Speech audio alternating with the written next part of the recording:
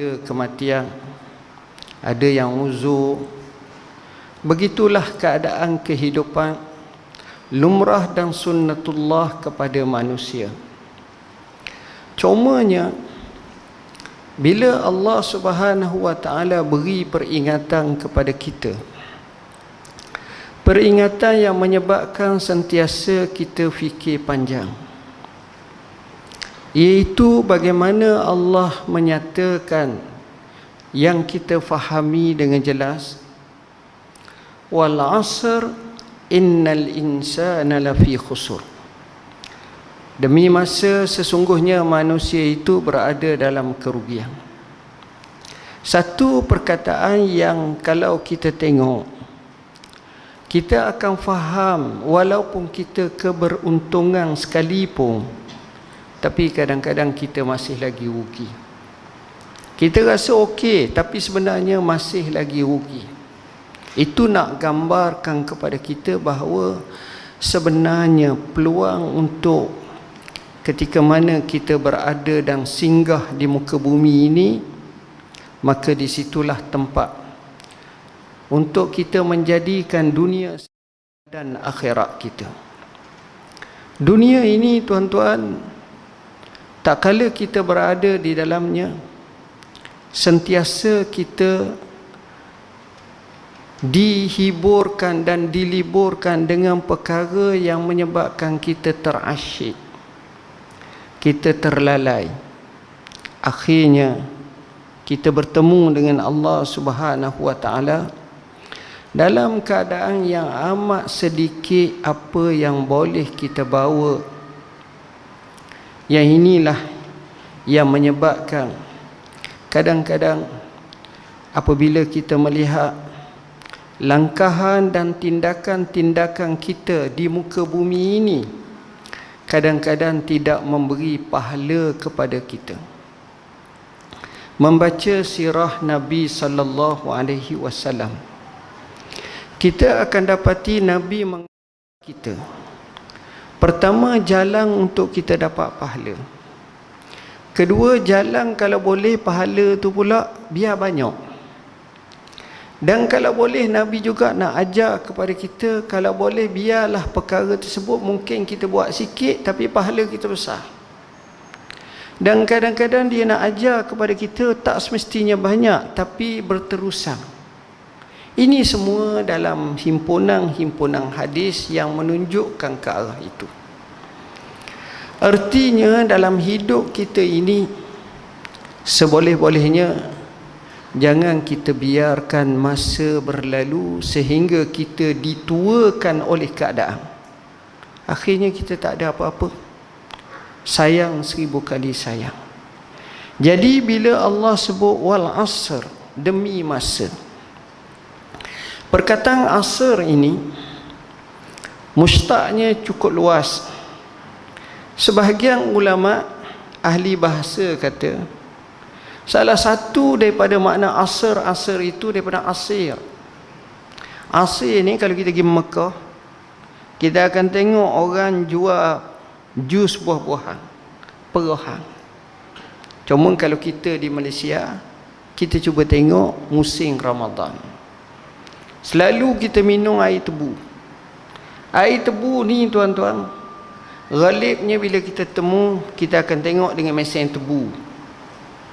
Bila mesin tebu, dia ambil air tebu yang batang tebu yang 4 kaki tu, dia akan masuk dalam mesin. Bila dia masuk sekali dalam mesin, dia tak buang tuan-tuan, dia akan lipat 2 jadi 2 kaki, masuk pula. Bila masuk tu dia tak buang lagi, dia lipat 1 lagi jadi sekaki. Sudah pada tu dia gupar ataupun dia akan masuk sekali lagi sehingga ia menjadi hampas. Kita perah dengan tangan kita pun tak ada keluar dah. Dalam bahasa yang simboliknya memaknakan pada kita, kalau boleh dalam hidup kita, biar kita buat sesuatu tu yang akan kita dipahlakan oleh Allah. Kalau boleh jangan ada masa-masa yang terluang. Saya contoh Muhammad bin Salam Al-Bikandi rahimahullah. menulis hadis Nabi sallallahu alaihi wasallam dengan banyak. Akhir sekali apa yang dia buat? Mata penanya patah. Dia ketika mericih dia, mentahbirkannya itu, mulutnya tak lekan sebut subhanallah, alhamdulillah, Allahu akbar. Dia akan dapat pahala. Dahlah berada dalam pesta ibadat, dalam keadaan menuntut ilmu, imla, tapi dia cuba dapat pahala dalam keadaan seperti itu. Kita tengok mereka ini, dia bukan sekadar itu. Mereka akan cari, bahkan mereka ada buat gerakan dalam keadaan dapat pahala, mencari gandaan pahala. Sebenarnya konsep ini konsep yang Islam ajar pada kita. Contoh paling mudah, orang solat ada dua orang. Satu orang tu solat, satu orang ni solat. Tapi dua-dua solat ni pahala tak sama. Boleh jadi orang ni dia solat, dia dapatlah pahala. Tapi orang ini kerana dia memutukan nilai yang solat dia, pengadaan dia itu yang disebut sebagai iqamatus solat, yang dalam Quran selalu sebut wa aqimus solah. Apa yang dia buat? Sebelum masuk waktu, dia sampai masjid, dia pergi masjid. Kata Nabi SAW, iza ra'aitumur rajula ya'tadu ilal masjidi fashhadu lahu bil iman.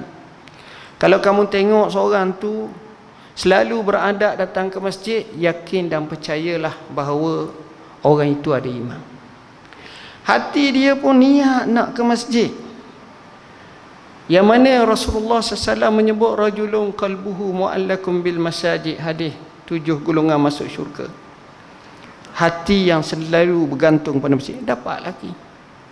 Nak pergi masjid, dia ajak kawan-kawan dia pergi ke masjid, dia menjadi juru bicara dakwah, dapat lagi. Ketika mana kumandang azan maghrib, dia berterku, dan dia menyebut dalam hadis, menyebut Rasulullah SAW menyatakan dia insafi alam ini, dan menyatakan Allahumma inna haza iqbalu laylik wa idbaru naharik wa aswatu du'ati faghfirli. Ya Allah, ya Tuhanku, ni hari di mana malam sudah datang menjelma, siang sudah berlabuh pergi, dan suara-suara seruan kepada kamu, maksudnya suara-suara azan, maka ampunlah dosaku. Apabila kita tengok dia buat macam ni, sampailah dia solat, sampailah dia buat, sebenarnya dia datang masjid, dia duduk dalam saf pertama dia, semuanya itu penadaan menyebabkan sembahyang dia ini amat berbeza dengan keadaan yang lain. Sebab itu kalau kita baca salafus salih, kita akan takut dan gerung macam mana.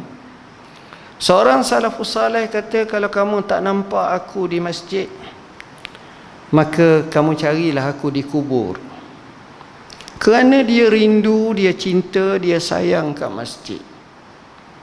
Ini menunjukkan orang seperti ini, keadaan pahalaan dia itu digandakan oleh Allah Subhanahu wa ta'ala. Sama juga kadang-kadang kita tengok di masjid ini tempat kita dapat belajar ilmu. Belajar ilmu ini walaupun sedikit, kita akan dapat cuba ambil. Kita akan ambil lagi. Kita tengok kalau boleh belajar ilmu ni sampai kepada kalimah akhir hidup kita. Kita kutip mutiara ilmu dalam sebuah kisah seorang ulama yang tersohor, Al-Bairuni, atau digelar sebagai Abu Raihan Al-Bairuni. Sebahagian ulama mengkaji dan mengatakan bahawa beliau ini jauh lebih hebat daripada Socrates, Plato, Aristotle, seorang ahli falsafah dan seorang ilmuwan Islam luar biasa. Siapa dia? Abu Raihan Al-Bairuni. Usianya mencecah sampai 78 tahun. Tua dah, dan dia sakit nak mati. Bila sakit nak mati, anak murid dia datang. Dia bangkit dan dia ajak nak bincang berkenaan dengan hukum al-jaddul fasid, masalah nenek yang rosak dalam bab harta pesaka. Anak murid nengung dan berkata, Tok Guru, takkanlah saat seperti ini nak belajar lagi. Kalau boleh zikir-zikir begitulah. Lalu dia beri satu kalimah yang cukup terkesan. Dia kata apa? La'an alqallaha alima khairum min an alqahu jahila. Bahawa aku bertemu Allah dalam keadaan aku tahu jauh lebih baik daripada aku bertemu Allah dalam keadaan jahil. Nak jadi ke cerita tuan-tuan, selesai bincang, anak murid keluar, dengar dia sesak nafas, dia mati. Maknanya dia menuktahkan akhir hidup dia pun, walaupun begitu dia nak belajar ilmu. Siapa tak kenal Abu Ayyub As-Sukhtiyani? Kalau kita baca silsilah hadis daripada Imam Al-Bukhari, kadang-kadang disebut, dan dia guru kepada Imam Malik. Dia digelar sebagai Abu Tamimah. Ayyub As-Sukhtiyani rahimahullah ni, orang tanya dia, takdirkan Tuhan, kamu matilah, apa benda yang kamu nak buat ketika mana kamu mati? Maka dia jawab, aku nak ketika itu aku sedang menuntut ilmu. Kerana dia faham tentang kelebihan menuntut ilmu, tentang pembelajaran. Kerana sifat ilmu ini luar biasa, amat banyak, dan dia tidak kehabisan. Cumanya manusia akan pilihlah mengikut kehendak dari segi ibadat dia atau pekerjaan dia yang bersesuaian, maka belajarlah dia ilmu tersebut. Hadirin hadirat, muslimin muslimat yang dirahmati Allah, kadang-kadang kita tengok secara ringkas, demi masa Allah bagi kepada kita 24 jam. Kita ni kalau semayang secara umum, yang rajin-rajin lah, secara umum kita semayang 5 minit, maka 25 minit kita semayang untuk fardu, ekstra lah 5 minit, setengah jam.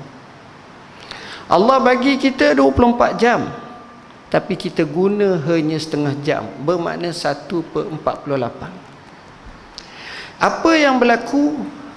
Bagaimana masa-masa yang keadaan seperti itu? Ramai orang duduk saja, ramai orang tak tahu apa yang dia nak programkan masa yang dia ada itu. Sedangkan orang-orang yang baik ini, dia akan fikir macam mana dia nak buat seterbaik mungkin masa yang dia ada. Banyak cara tuan-tuan. Orang cerdik pandai kata, bagaimana cara kamu susun masa kamu. Sebab itu bila cara kita mukaddimahkan susun masa betul, banyak benda yang kita boleh settle dalam masa yang sekejap. Banyak benda kita boleh selesai, dan banyak benda kita boleh lunaskan apabila kita selesai dengan sebaik. Cara mereka susun betul-betul. Tuan-tuan, saya bercakap dalam bab-bab yang umum sebagai contoh. Mana ada manusia atas muka bumi yang duduk 10 tahun tapi boleh menubuhkan negara Islam seterbaik di muka bumi? Itulah Rasulullah SAW.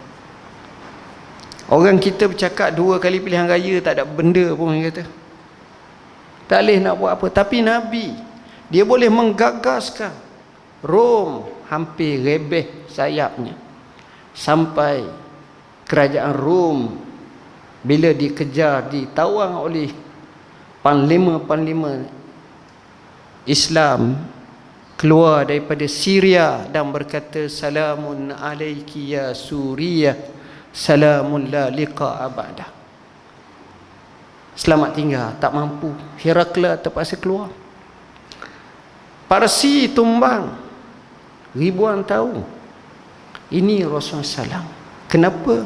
Kerana barakah Rasulullah SAW, waktu yang digunakan, strateginya, kesungguhannya, ilham Rabbani, wahyu, mempunyai sahabat-sahabat yang baik, cara tindakan yang begitu hebat, kita tengok berjaya. Sayang seribu kali sayang, kadang-kadang kita tak tengok macam mana mereka ini. Sebab Nabi ni cerdik pandai kata. Allah bagi kepada dia cara pemikirannya bukan macam kita. Kita biasanya orang baik, dia akan mikir secara sistematik. Mau buat gini dapat gini, buat gini dapat gini, buat gini dapat gini. Kita tunjuk jalan 1, 2, 3, akhirnya siapa? Dan ini biasa dia ajar. Tapi orang-orang yang hebat, dia bukan kira macam tu. Dia kira natijah dulu, result dulu.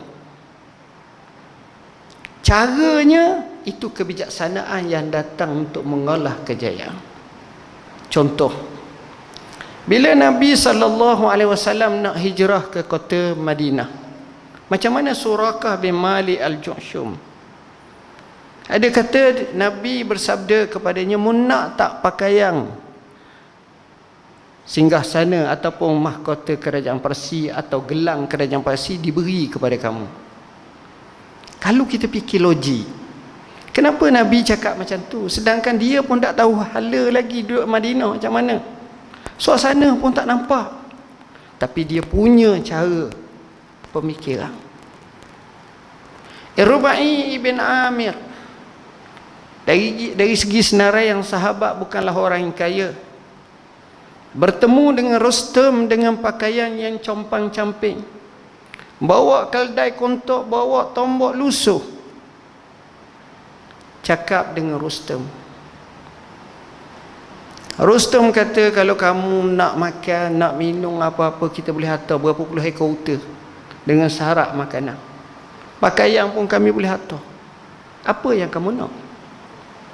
Maka jawab Rubai ibn Amir, bacaan yang biasa dibaca ialah Rubai ibn Amir, Allahu bta'asana linukhrijal ibad min ibadatil ibad ila ibadati rabbil ibad wa min jawril adyan ila adlil islam wa min dhikid dunya ila sa'atid dunya wal akhirah. Ada setengah kata mansya ila mansya. Allah bangkitkan kita untuk kita keluarkan manusia daripada menghambakan sesama manusia kepada menghambakan kepada Tuhan manusia, daripada kezaliman agama-agama kepada keadilan Islam, daripada kesempitan hanya dibatasi dunia kepada keluasan dunia dan akhirat. Syekh Muhammad Al-Ghazali rahimahullah telah menghuraikan panjang, termasuk juga Maulana Abil Hasan Ali An-Nadawi. Poin yang saya nak sebutnya di sini ialah Rustam, bila sahabat Rasulullah ni pulang, dia tanya, "Apa pandangan kamu wahai memanda menteriku?" Seorang tu jawab, "Berat-berat. Tengok pakaian pun teruk. Yang ni kata tengok tombok pun tak ada apa. Ni kata tengok keldai pun teruk." Semua condemn. Rustam yang faham, dia kata, "Wahai saudara-saudaraku, kamu tahu tak, sebenarnya ucapan orang ini amat bahaya dan akan menjahannamkan kerajaan kita." Betul apa yang berlaku. Kenapa? Kerana kita tengok sahabat dia ajar seperti itu, cara memikir dia jauh.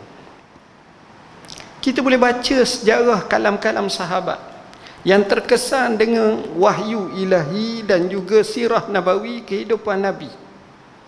Kita tengok dia buat gagasan yang cukup besar. Jadi pahala dia, kita tengok, inilah termasuk dalam sedekah jariah. Rasulullah sallallahu alaihi wasallam nak ajar kita, kadang-kadang kita ni ialah masa tak ada. Tapi apa yang kita nak buat? Seorang isteri dikatakan Juwairiyah sedang zikir pada Tuhan yang amat banyak. Sudah semaya subuh zikir. Rasulullah keluar. Bila Rasulullah pulang, masih lagi zikir. Mana sejam dua ataupun lebih sikit zikir. Maka kata Rasulullah SAW, masih buat macam ya, zikrullah. Nabi kata, nak tak kalau aku ajar kamu satu doa, satu zikir, kamu sebut zikir ni, maka dia seperti apa yang kamu zikirkan. Dia kata, nak sangat, buat sikit dapat banyak. Nabi ajar, subhanallah adada khalqihi wa ridha nafsihi wa zinata arshihi wa midada kalimatihi. Ada kata subhanallah wa bihamdihi, subhanallah adada khalqihi wa ridha nafsihi wa zinata arshihi wa midada kalimatihi. Nabi tunjuk jalan. Nabi tunjuk. Tapi Islam ini sebagaimana yang diketahui, dia sifatnya, kalau kita sebut Islam ni, semua orang rasa seronok. Yang ni yang kita cuba nak jelmakan dalam hidup kita. Bila kita tengok itulah Islam. Saya tertarik dengan apa yang disebut oleh Syekh Abdul Hamid Kishk ketika mana dia puji almarhum Hasan Al-Banna. Kata dia, damuhul Islam, lahmuhul Islam, sya'ruhul Islam. Darahnya Islam, tubuhnya Islam, batang tubuhnya, dagingnya Islam. Sebab dia mikir hak Islam. Itu baru dia, bukan orang lain lagi. Syekh Abdullah Nasir Ulwan menceritakan satu kisah yang kecil disebut dalam kitabnya Tarbiyatul Aulad. Hari itu adalah hari bulan Ramadan. Bulan Ramadan ni ujung-ujung lah. Al-Banna dia ambil baju, dia lipat. Bini dia royak kat dia, bang tak payah pergilah, nak pergi kalau boleh tangguhlah sikit, kita lama dah tak raya bersama. Anak kita pula sakit berat. Kalau tangguh lepas raya, alah engkau baiknya. Dia sambil-sambil lipat. Dia faham kehendak isteri dia, tapi dengan bahasa yang memberi makna yang mendalam. Dia kata, wahai isteriku, bapaku akan tolong kamu bawanya ke klinik, ke hospital anak kita. Kalaulah dia meninggal dunia, maka dia tahu di mana kubur untuk dikebumikan. Ini adalah dakwah yang patut kita teruskan dalam bahasa yang cukup simple. Tapi pengulas menyatakan, dengan hanya mauqif seperti ini sahaja, kalau kita faham, seolah-olah mengajar kepada kita itulah hakikat agama Allah Subhanahu wa taala. Nampak mauqif, nampak semangat untuk agama Allah, untuk Islam. Kita sekarang ni kadang-kadang terlalu banyak masalah-masalah yang kadang-kadang simpang siur menyebabkan kita sukar untuk mengadjustkan diri kita ikut Islam betul-betul. Bila kita sukar, macam mana je rumah tangga rosak. Sahabat kami ada tulis senaraian masa PKP, jumlah perceraian tinggi. Saya minta senaraikan sebab apa, nombor 1, nombor 2, nombor 3, gerung. Lafaz cerai ni atas hujung lidah je. Cerita ni bukan cerita Melayu. Cerita ni hatta di Mesir. Saya pergi beberapa kali Mesir. Setiap kali forum ataupun kita kata perbincangan mereka, muktamar ke apa ke, semua sekali bincang, salah satu resolusi mesti jaga rumah tangga, jangan cerah. Saya pun tanya, kenapa sebut hani sentiasa cakap irhab, mereka yang ganas, cakap ni tiba-tiba cerah. Dia kata banyak sangat. Bila amarah tu, sehingga Syekhul Azhar yang sekarang ni dalam satu ceramah dia, sehingga dia suruh untuk buat kajian semula tentang fiqh. Dek kerana kadang-kadang dia nampak tak sesuai zaman dulu tapi sesuai zaman sekarang. Contohnya di Mesir, isu talak 3 sekali lafaz, dalam satu majlis jatuh satu. Itu telah difatwakan zaman Syekh Muhammad Abduh 90 tahun lebih dulu. Dan ini juga diamalkan di sana. Kenapa? Kerana kih banyak, susah dan seumpamanya. Ini kita tengok macam mana kita nak selesai. Susah. Kita pula dengan sahabat-sahabat macam mana? Dengan kawan-kawan macam mana? Hala tuju macam mana? Semuanya ini menyebabkan kita fikir di mana silapnya. Kadang-kadang tuan-tuan, kita duk ingat harta banyak ni menyebabkan bahagia. Tak. Ada orang susah hati harta banyak. Pangkat besar ni kita ingat bahagia. Tak. Ramai orang datang ke saya cerita, kita pula jadi pening. Susah. Jadi walau hasilnya, kuncinya belajar, faham dan cuba ikut cara sebaik-baiknya Islam. Rumah tangga, kita menangani anak-anak nakal, kita menangani masalah-masalah yang berlaku, ini mesti memerlukan kebijaksanaan. Saya selalu, kadang-kadang orang tanya, apa cita-cita kamu? Saya bagi tahu mudah je. Kalau boleh kita nak hidup dalam satu suasana kita rasa seronok, bahagia. Suami tengok isteri tidak memikir mengarut, isteri tengok suami tak mengikir, anak-anak pun rasa penghormatan, sahabat handai, jiran semua sekali. Bak kata Pak Habakal lah, hidup kita ni hanya sekali, justru biarlah bererti. Saya sebenarnya janji dengan mereka berhenti 8.30, lebih dah 4 minit. Jadi saya sebenarnya tu saya payah nak ejah, nak bincang. Sebab tu saya minta maaf, saya sengaja tidak fokus satu isu sebab masa saya pun pendek.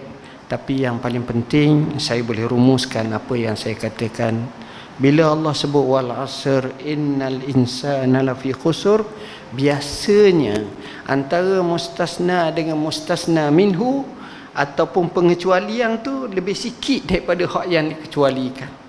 Maknanya ramai manusia dalam keadaan yang kita panggil sebagai kerugian. Memang ramai. Inilah yang kita bimbang, kita juga termasuk dalam keadaan kerugian.